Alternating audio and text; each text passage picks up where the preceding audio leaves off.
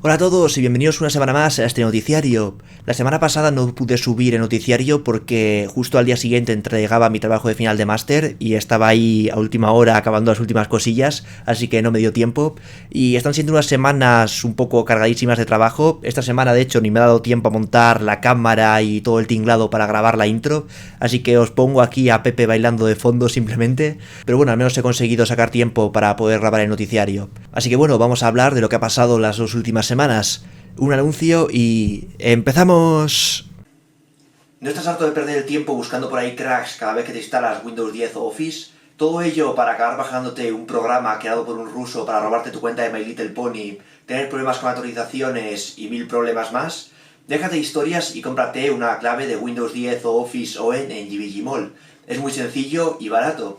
Tan solo tenéis que clicar en algunos enlaces de la descripción para acceder a la tienda, poner el código de descuento que también encontraréis en la descripción para que os salga más barato, pagáis con PayPal y a los pocos minutos recibiréis vuestra clave. Una vez recibáis la clave vais a la barra de búsqueda de Windows 10, buscáis activación, accedéis al panel de control, le dais a activar Windows ahora, metéis la clave y listo, tenéis vuestro Windows 10 activado de forma completamente legal. Si queréis saber más sobre las claves OEM, qué son y por qué podrían interesaros, podéis ver este vídeo que hay por aquí.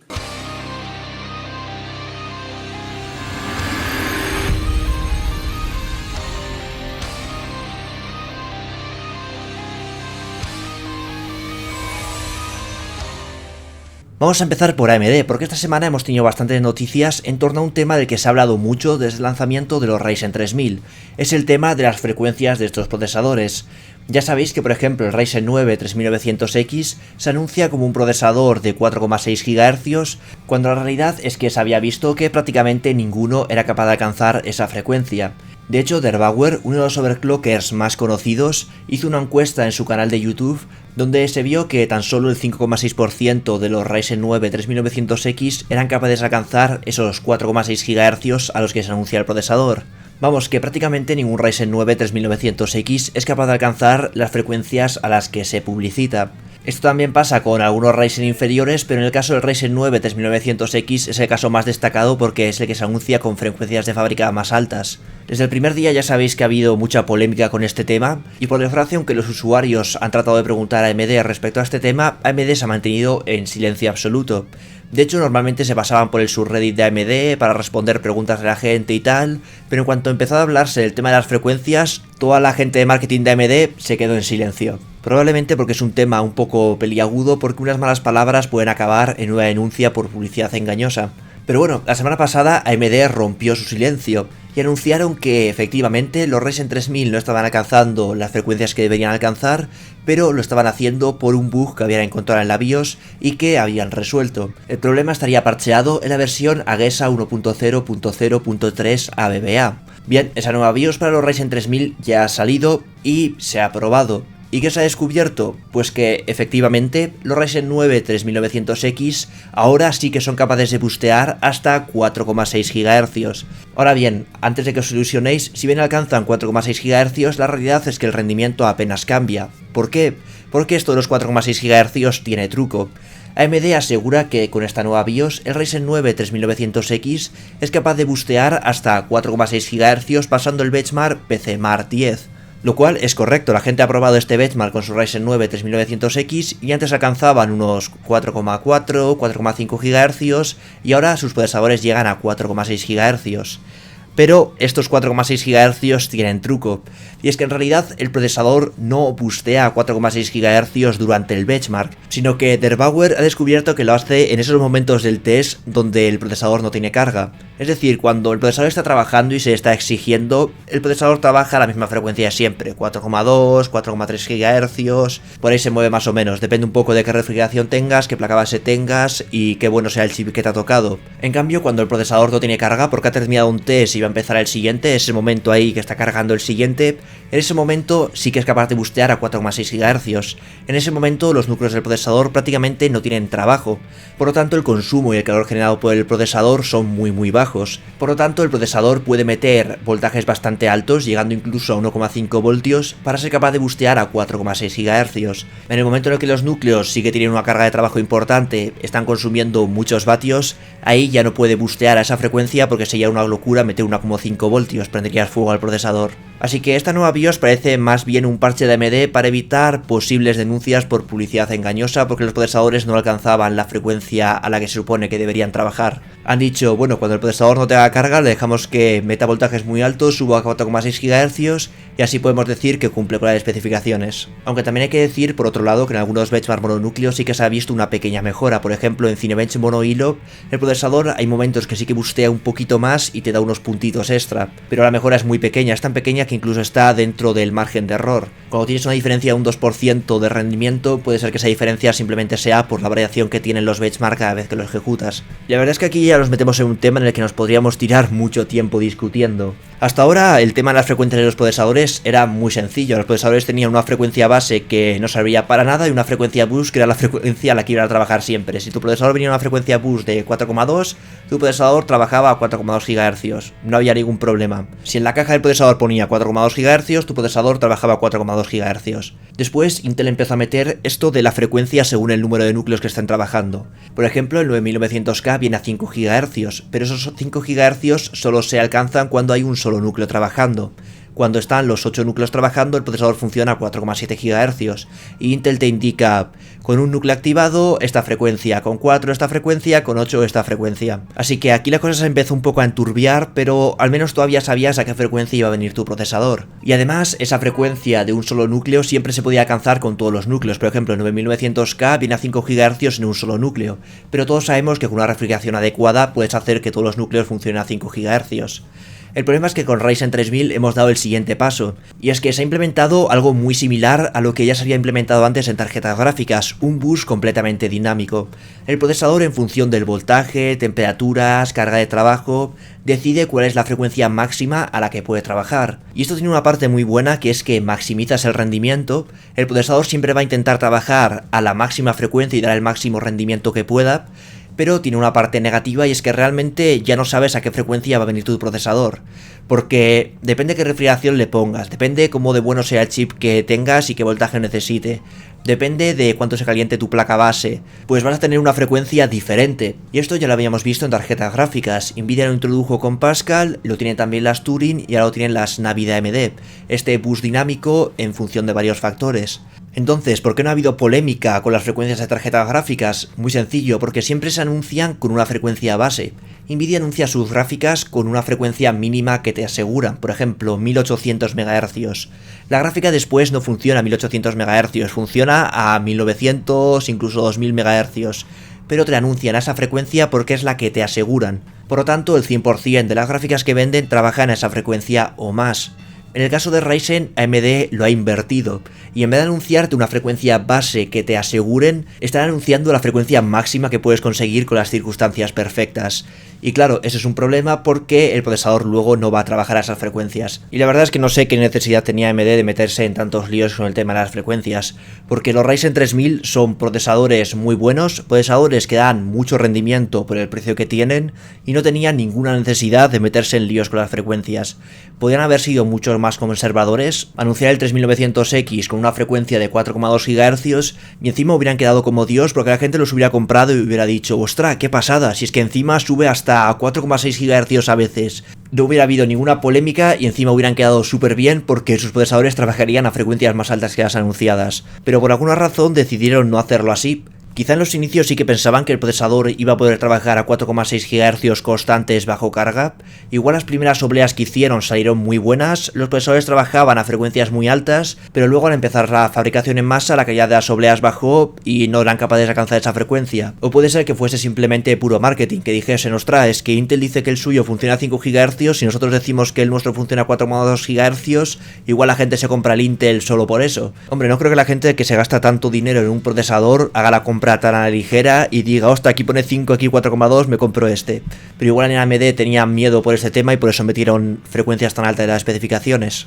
La cosa es que han creado una polémica completamente innecesaria por unos procesadores que son muy buenos y a los que no les hacía falta estas cosas. Pero bueno, al menos con esta nueva BIOS se cubren las espaldas y evitan que alguien les pueda denunciar por publicidad engañosa, porque ahora con esta BIOS sí que alcanzan esos 4,6 GHz, aunque solo sea en reposo. Seguimos con AMD, pero ahora nos cambiamos de tema, nos vamos a los procesadores EPYC.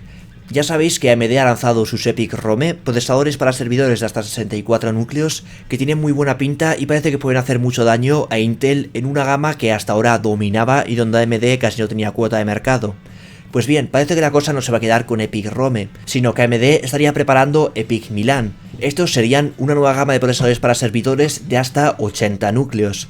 Pero lo interesante no es simplemente que metan más chiplets para llegar hasta 80 núcleos, sino que traen un añadido muy interesante.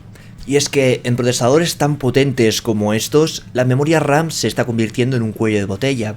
Aunque la gama de servidores soporte octachannel y puedas meter 16 módulos de RAM trabajando en paralelo para conseguir anchos de banda muy altos, la realidad es que estos procesadores tienen una cantidad de núcleos descomunal y mueven en una cantidad de datos bestial. Por lo tanto, la RAM se queda corta y puede causar un cuello de botella al procesador. Así que para solucionar ese problema, los EPIC Milan incluirían chips de memoria HBM en el propio procesador. El propio procesador montaría memoria HBM que actuaría como un intermediario entre el procesador y la RAM, una especie de caché de nivel 4 con muchísimo ancho de banda capaz de eliminar ese cuello de botella que provocan las memorias RAM. Según las filtraciones, los AMD Milan soportarían hasta 10 chiplets, llegando hasta 80 núcleos, y tendrían espacio para meter 4 módulos de memoria RAM HBM. Actualmente tenemos chips de memoria HBM2 de hasta 8 GB cada uno, por lo tanto tendríamos hasta 32 GB de memoria HBM2 en el propio procesador. Y esto es bastante interesante porque es un diseño que seguramente veamos mucho a partir de ahora en el mercado de los servidores y en el mercado de procesadores con un número de núcleos tan alto. Porque de hecho Intel también mostró algunos prototipos donde servían procesadores junto a memorias HBM2 apiladas a los lados. Así que parece que hemos llegado al punto donde los procesadores se han vuelto tan potentes que la memoria RAM tradicional no es lo suficientemente rápida y hay que añadir memoria HBM2 con mayor ancho de banda y menores latencias en el propio procesador para que pueda trabajar al 100% y no se creen cuellos de botella. Y hablando de procesadores futuros, se ha filtrado la hoja de ruta de AMD para los próximos años y en ella se pueden ver dos cosas bastante interesantes. Lo primero es que el diseño de Zen 3, basado en el proceso de fabricación 7 nm Plus, la evolución de los 7 nm de TSMC actuales, ya está completado. Esto es algo que ya nos había dicho la propia AMD, pero no sabíamos qué significaba esto y cuándo estos procesadores llegarían al mercado. Pues bien, según este roadmap filtrado, Zen 3 llegaría al mercado el año que viene, en 2020. Por lo tanto, en cosa de un año tendremos los Ryzen 4000, no vamos a tener que esperar mucho para una nueva generación. RDNA 2, las gráficas sucesoras de las gráficas Navi actuales, también fabricadas en el proceso de fabricación a 7 nm Plus, llegarán también durante 2020. RDNA 2 nos traerá las gráficas AMD tope de gama, las que se supone que competirán con la gama alta de Nvidia, que seguramente en 2020 no sea la 2080 Ti, sino que sea ya la 3080 Ti. RDNA 2 también es muy probable que incluya hardware dedicado para Ray Tracing, porque esta semana se ha confirmado que la nueva Xbox va a traer hardware dedicado para Ray Tracing. Ya sabíamos que las nuevas consolas iban a traer Ray Tracing, pero no sabíamos si iba a ser algo sencillo, sin hardware dedicado, o iban a seguir el camino de Nvidia de añadir hardware dedicado para acelerar los cálculos, conseguir mejor rendimiento y que se pueda utilizar Ray Tracing para más cosas, no algo súper simple. Pues bien, se ha confirmado que al menos en la Xbox tendremos hardware dedicado. Por lo tanto, es muy probable que si AMD ha desarrollado una gráfica o un hardware dedicado para Ray Tracing, que no sabemos nada sobre la implementación, no sabemos si será una implementación similar a la de Nvidia, si será algo completamente diferente, pero si AMD ha desarrollado esa gráfica para las consolas del año que viene, muy probablemente lo veamos también en PC y tengamos gráficas AMD con hardware dedicado para Ray Tracing. Y bueno, cambiamos de compañía, nos vamos ahora a Intel, que también va a lanzar nuevos productos en breve. En concreto, durante octubre va a lanzar dos nuevos productos. El primero, el i9 9900KS. ¿Qué es este procesador? Pues básicamente es un i9 9900K, pero que de fábrica viene a 5 GHz en todos los núcleos. Es decir, a diferencia del 9900K, que solo subía a 5 GHz cuando solo un núcleo estaba activo, este de fábrica ya va a tener todos los núcleos a 5 GHz. Es algo similar a aquel i7 8086K que lanzaron, que era básicamente un i7 8700K, pero elegía los mejores chips para ese modelo para que overclockease más y viniese a frecuencias más altas. Ahora lo mismo, los mejores chips del i9 9900K se van a convertir en el 9900KS, que va a venir a 5 GHz de fábrica y que seguramente tenga una capacidad de overclock todavía mayor que la del 9900K normal. La mayoría de estos procesadores seguramente alcancen incluso 5,2 GHz, aunque realmente no es nada nuevo, simplemente un producto para quien quiere un procesador con la frecuencia más alta posible porque, yo que sé, quiere los máximos FPS en gaming y le da igual pagar lo que cueste este procesador, o quiere usarlo para récords overclock o para lo que sea. Simplemente un procesador que seguramente se produzca de forma muy limitada, que haya muy pocos disponibles y que se venderá en un mercado muy reducido. Lo siguiente interesante es que en octubre también van a salir al mercado los procesadores Cascade Lake X. Los procesadores Cascade Lake X son la gama de alto rendimiento de Intel, los cuales utilizan el socket LGA 2066 y en esta gama hasta ahora había procesadores de hasta 18 núcleos. Hay por ahí un Xeon renombrado para esta plataforma de 28 núcleos, pero utiliza placas base especiales y ni siquiera he visto ni las placas base ni el procesador venderse en ningún sitio, así que como si no estuviera. Bien, esa plataforma se va a renovar este año. Y todos pensábamos que no tenía ningún interés, porque es que la propia gama doméstica de AMD con el Ryzen 9 2950X ya está a la par de los procesadores tope de gama de esta plataforma, que cuestan 2000 euros y el Ryzen 9 costará pues unos 800 euros. Así que poco interés parecía tener Cascade Lake X. ¿Quién iba a pagar 2000 euros por un procesador de 16 núcleos cuando tienes la opción de AMD con el mismo rendimiento por 2 veces o 3 veces menos dinero? La cosa es que Intel mostró en una presentación que estos Cascade Lake X ofrecerían el doble de rendimiento por dólar que la generación anterior. Esto puede significar dos cosas. La primera, si somos optimistas, cosa que con Intel es difícil últimamente, es que van a reducir el precio de sus procesadores Cascade Lake X a la mitad, lo cual tendría lógica porque los precios actuales no se sostienen de ninguna manera. Eso querría decir que, por ejemplo, la versión de 16 núcleos, que se llamaría supongo 10060 XE o algo así, pasaría de costar 1500 euros a costar unos 800 euros. Más o menos el mismo precio al que vende AMD su procesador de 16 núcleos. Y así con el resto de la gama, una bajada de precios muy importante para competir contra AMD. La segunda opción, y por desgracia creo que va a ser la más probable, es que estas pruebas se hayan hecho de forma que beneficien claramente a sus nuevos procesadores. ¿Cómo pueden hacer esto? Por ejemplo, utilizando el set de instrucciones AVX512. Este set de instrucciones sirve para hacer operaciones entre vectores de forma muy rápida, y si haces una comparativa en una tarea donde este tipo de instrucciones pueden acelerarla entre un procesador que las tiene y otro que no, pues el que las tiene va a ser mucho más rápido y puedes decir que tienes un rendimiento por dólar más alto. Aunque Skylake X, que también sale en la gráfica, también tiene VX512, pero podría ser que han ampliado el set de instrucciones, añadiendo nuevas funciones y han hecho la comparativa de forma que se utilicen esas funciones. O como no especifican cómo han hecho otras pruebas, vete tú a saber lo que han hecho. Igual están haciendo una mezcla entre rendimiento y consumo, o vete tú a saber qué han hecho.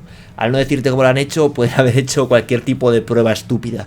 Pero bueno, ya veremos qué ocurre el mes que viene, porque realmente si no bajan precios, estos procesadores van a ser irrelevantes, no van a tener ningún sentido, porque la propia gama doméstica de AMD ya está en el rendimiento de estos procesadores de la gama de alto rendimiento de Intel. Así que si siguen costando 1000 y pico euros, no van a vender ni uno. Esperemos que sí que hayan bajado los precios. Y bueno, por cierto, no lo he mencionado al principio, pero estos nuevos Cascade Lake X son simplemente refritos de los procesadores actuales. Siguen a 14 nanómetros y siguen siendo exactamente los mismos procesadores con otro nombre, no cambia nada.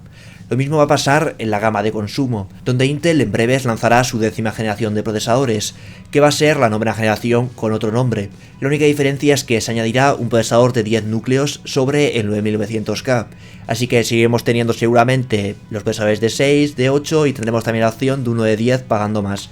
Pero la arquitectura de todos los procesadores será exactamente la misma y el proceso de fabricación será el mismo que la de los procesadores actuales, nada cambia. Aunque ya sabemos cómo es Intel, eso no quiere decir que no necesitemos placas base nuevas. Van a salir nuevas placas base junto a estos procesadores y según los propios roadmaps de Intel, las placas base actuales no van a servir para los nuevos procesadores. Aun siendo idénticos y siendo los mismos procesadores, Intel no va a sacar la actualización de BIOS que hace falta para que funcionen en las placas actuales.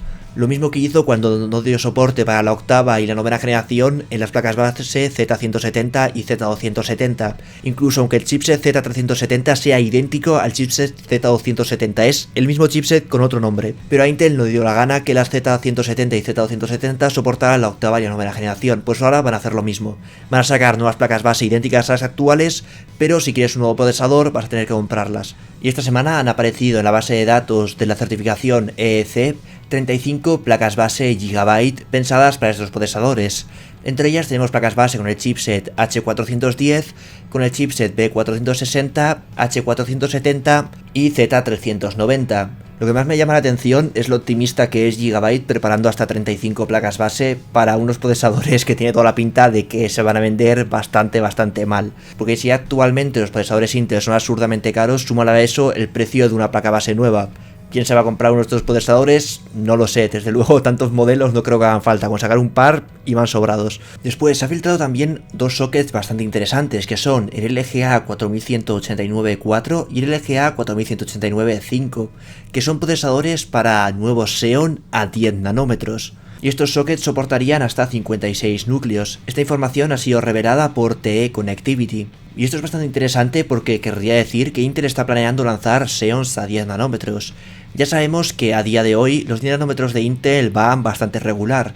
Solo los pueden utilizar para procesadores muy pequeñitos de portátiles con hasta 4 núcleos y a frecuencias muy bajas. Tiene que pulir muchísimo el proceso de fabricación para que sea viable fabricar un procesador de 56 núcleos. Por lo tanto, estos sockets no tienen mucho sentido a día de hoy porque no se esperan Xeon de 10 nanómetros a corto plazo.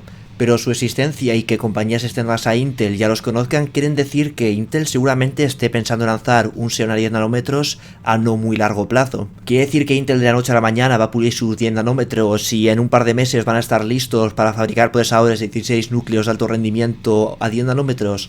No, seguramente lo que hagan es por temas de marketing fabricar una pequeña tirada de Xeons a 10 nanómetros que venderán a 4 clientes especiales y poco más. Simplemente tema marketing para poder decir que ya tienen Xeons a 10 nanómetros y que los inversores no les echen mucha bronca. Y bueno, no sería una semana completa si no surge una nueva vulnerabilidad en procesadores Intel. Y la de esta semana afecta a todos los Xeon y se llama Netcat. Y esta vulnerabilidad la comento porque me ha parecido bastante curiosa.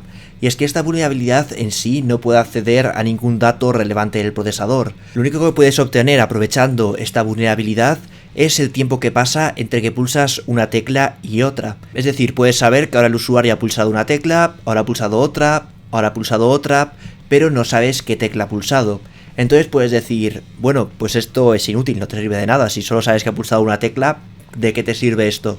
Pues bien, resulta que todos tenemos un patrón bastante parecido cuando escribimos en teclados, y normalmente tardamos más, por ejemplo, en escribir la letra Q que en escribir la letra D porque está más lejos del centro del teclado donde normalmente tenemos apoyadas nuestras manos. Así que los que han descubierto esta vulnerabilidad afirman que puedes crear una inteligencia artificial que aprenda a descifrar qué teclas has pulsado basándose en el tiempo que pasa entre que pulsas una tecla y la siguiente. Por lo tanto, podrías saber todo lo que se ha escrito, incluyendo contraseñas y cualquier tipo de información sensible. Y que se plantee esta posibilidad me ha parecido bastante llamativo, aunque personalmente creo que es un poco ciencia ficción, porque creo que puede existir demasiada variación entre cómo escriben diferentes personas, incluso qué teclado estés utilizando, así que hacer una IA general que funcione para todo el mundo y que pueda realmente aprovechar en un entorno real me parece que es casi imposible, pero aún así la vulnerabilidad se tendrá que resolver por si acaso, igual que ha pasado con vulnerabilidades anteriores que realmente aprovecharlas en un entorno real es prácticamente imposible, pero por si acaso hay que resolverlas, y resolverla tiene un impacto negativo en el rendimiento, aunque solo afecta a procesadores Xeon, porque esta vulnerabilidad no afecta a los procesadores de consumo. Y bueno, por último, toca hablar de Nvidia. Si recordáis, hace poco el CEO de Nvidia dijo que comprarse a día de hoy una gráfica sin Ray Tracing era una locura. Curiosamente, parece ser que en los próximos meses planea el lanzamiento de dos nuevas gráficas, ninguna de ellas con hardware para Ray Tracing.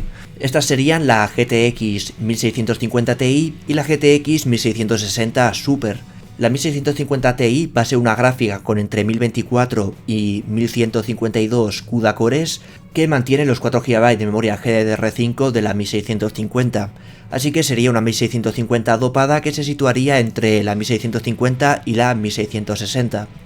Por su parte, la 1660 mejoraría bastante más, pasaría a tener 1408 CUDA cores a 1536 CUDA cores, y los 6 GB de memoria GDDR5 pasarían a ser 6 GB de memoria GDDR6, por lo que el ancho de banda de la tarjeta gráfica aumentaría considerablemente. Ambas gráficas vienen a competir con las futuras RX 5600 de AMD, que van a ser sus gráficas Navi de gama baja y gama media. Así que para anticiparse a ese lanzamiento, igual que hizo cuando AMD lanzó las gráficas Navi actuales, Nvidia va a lanzar dos nuevos modelos para competir con ellas. Cuando llegará al mercado lo desconocemos, al igual que desconocemos cuando llegarán las nuevas Navi, seguramente en algún momento de aquí a finales de este año. Y para terminar este noticiario, una noticia curiosa, y es que IBM ha lanzado su línea de procesadores Z15 que alcanzan hasta 5,2 GHz. Bien, ¿qué es la familia Z de IBM? Lo interesante de estos chips es que están diseñados para mantener compatibilidad total con todos los procesadores anteriores. De hecho, son sucesores directos de los IBM System 360 de la época de los 60 y de los System 370 de la época de los 70. Y diréis, ¿por qué narices a día de hoy existen procesadores sucesores de estos y que encima trabajan a 5,2 GHz? Pues resulta que hay mucho código crítico que sigue basándose en sistemas tan antiguos como estos. Por ejemplo, software que se utiliza en bancos, software que se utiliza en tecnología militar. Estos sistemas son sistemas críticos que no se actualizan porque hacer una migración a sistemas más modernos es extremadamente complejo. Por ejemplo, si eres un banco y quieres actualizar todo tu software a software más moderno, hacerlo es extremadamente complicado porque el software que estás utilizando se lleva usando durante 30, 40 años. Está perfectamente testeado, se conocen todos sus fallos, se conocen todas las vulnerabilidades que pueda tener. Un nuevo sistema que te asegure esa fiabilidad sería complejísimo, necesitarías invertir cantidades bestiales de dinero, la migración al nuevo sistema sería muy compleja. Imagínate que pasa algo con el nuevo sistema, se peta y tu banco se queda parado, te vas a la ruina. En tecnología militar ocurre lo mismo, no se quieren cambiar sistemas que están perfectamente probados por sistemas nuevos. La cosa es que, por ejemplo, los bancos han crecido mucho y a día de hoy necesitan hacer muchísimas más operaciones por segundo que las que hacían en los 80, por ejemplo. Hay muchas más transacciones por segundo y necesitan mucha más capacidad de cómputo. Entonces, por eso existen estos IBM Z15 a 5,2 GHz. Básicamente son la evolución de los procesadores que se utilizaban en estos sistemas. Es como si hiciéramos un remake de esos procesadores con tecnología moderna. Y lo interesante es que son completamente compatibles con procesadores de hace muchísimos años.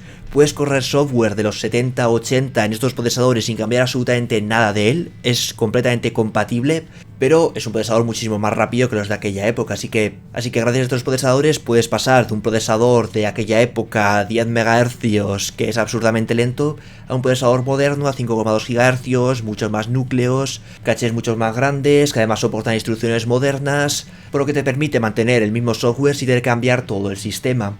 Y las compañías que tienen software crítico como bancos o tecnología militar, pues están encantados de pagar los $25.000 que cuestan los procesadores Z15 más básicos, porque hacer una migración de todos sus sistemas a tecnología más moderna sería muchísimo más caro.